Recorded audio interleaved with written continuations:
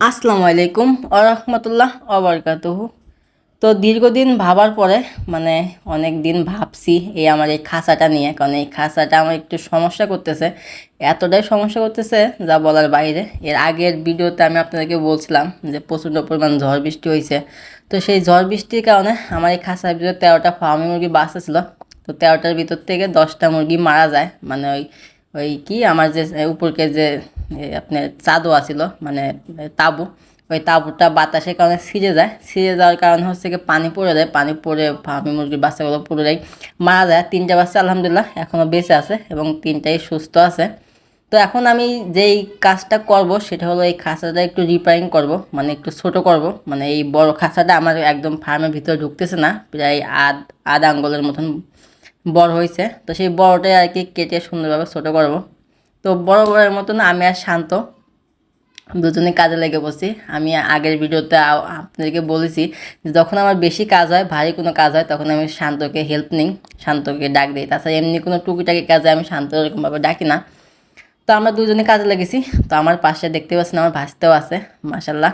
সেও আমার সাথে টুকিটাকি হেল্প করতেছে, হাতর বা লোহা যখন যেটা লাগে সে তখন সেটা হেল্প করতেছে, তখন সেটা এনে দিচ্ছে। তো আমরা ফার্স্টে হচ্ছে গিয়ে আমরা একটা মাপ দিয়ে নিয়েছি। আমাদের যে ফার্মের যে কী বলে ওটা হচ্ছে গিয়ে আপনার দরজা বলে, ওই দরজার যে মাপটা ওখান থেকে আমরা 2 ইঞ্চি ছোটো করে সুন্দরভাবে মাপ নিয়ে তারপর ওটা আমরা ওই মাপে আর কি এই খাঁচাটা কাটবো।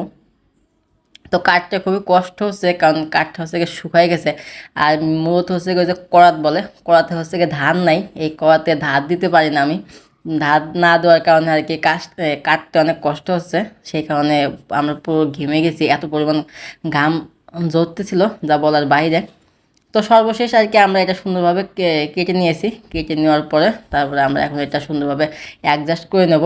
তো আমরা আগে থেকেই জানি বা পুরনো কাজ ভালো হয় না, তো আলহামদুলিল্লাহ তারপর আমাদের কাজটা যত সম্ভব ভালো হয়েছে। অতটা ভালো হয়নি, তবে জাস্ট যতটুকু সম্ভব চেষ্টা করেছি ভালো মতনই কাজ করতে। তো পুরনো কাজ সুন্দরভাবে রিপেয়ারিং, অতটা রিপেয়ারিং করতে পারিনি, যতটুকু করতে পারিছি ঠেলা ঠোলা দিয়ে আপনার আগাগোড়া সমান সেরকমভাবে হয় নাই। তো ওরকমভাবেই আর কি রাখার মতন, যাতে আমার মুরগি বাচ্চাগুলো রাখা যায় সেরকম একটা উপস্থিত, মানে ঠিকঠাক করে মেরামত করে তারপর ওটা সুন্দরভাবে ভিতরে নিয়ে যাব।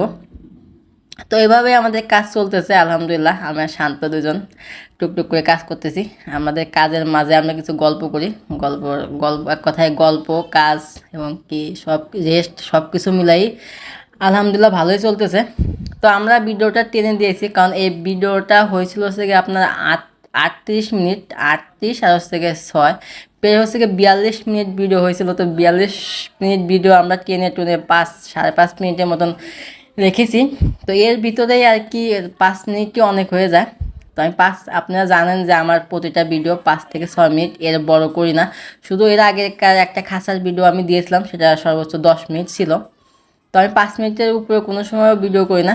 তো আপনারা একটু কমেন্টে বলে যাবেন যে আমার ভিডিওটা অবশ্য কত মিনিটের হলে ভালো হয়, বা আপনার কাছে কতটা ভালো লাগে আমার ভিডিওগুলো, অবশ্যই কমেন্টের মাধ্যমে বলে যাবেন।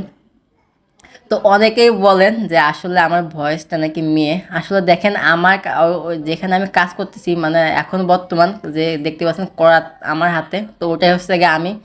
আর যে এখন প্লাস নিয়ে লোহা খুলতেছে সে হচ্ছে গিয়ে শান্ত। এই দুজন মোট আমরা। এখন আপনাদের কাছে কিভাবে আমার ভয়েস মেয়ে মনে হয় আমি জানি না, তবে আমি পুরোটাই হাসির পাত্র হয়ে যায় যখন আপনারা এই কমেন্টগুলো করেন। তো যাই হোক, আমাদের কাজ সম্পূর্ণ কমপ্লিট। এখন যে নেটটা আছে এই নেটটা আমরা ভিতরে গিয়ে লাগাবো। তো এই ভিডিওতে আমি ওই নেট লাগানোর ভিডিওটা দিতে পারতেছি না, কারণ তখন হচ্ছে গিয়ে প্রায় 3টা বাজে যায়। তো তখন কাজ আমাদের শেষ করতে হবে। তো অনেক টানাটানির পরে এটা ভিতরে ঢুকতেছিল না, তাও বড় হয়ে গেছিলো। পরে আমাদের উপরকে যে একটা বলে ওটা ইস্টাভাবে দিয়ে দিছিলাম ফার্মের উপরে, গেটের উপরে।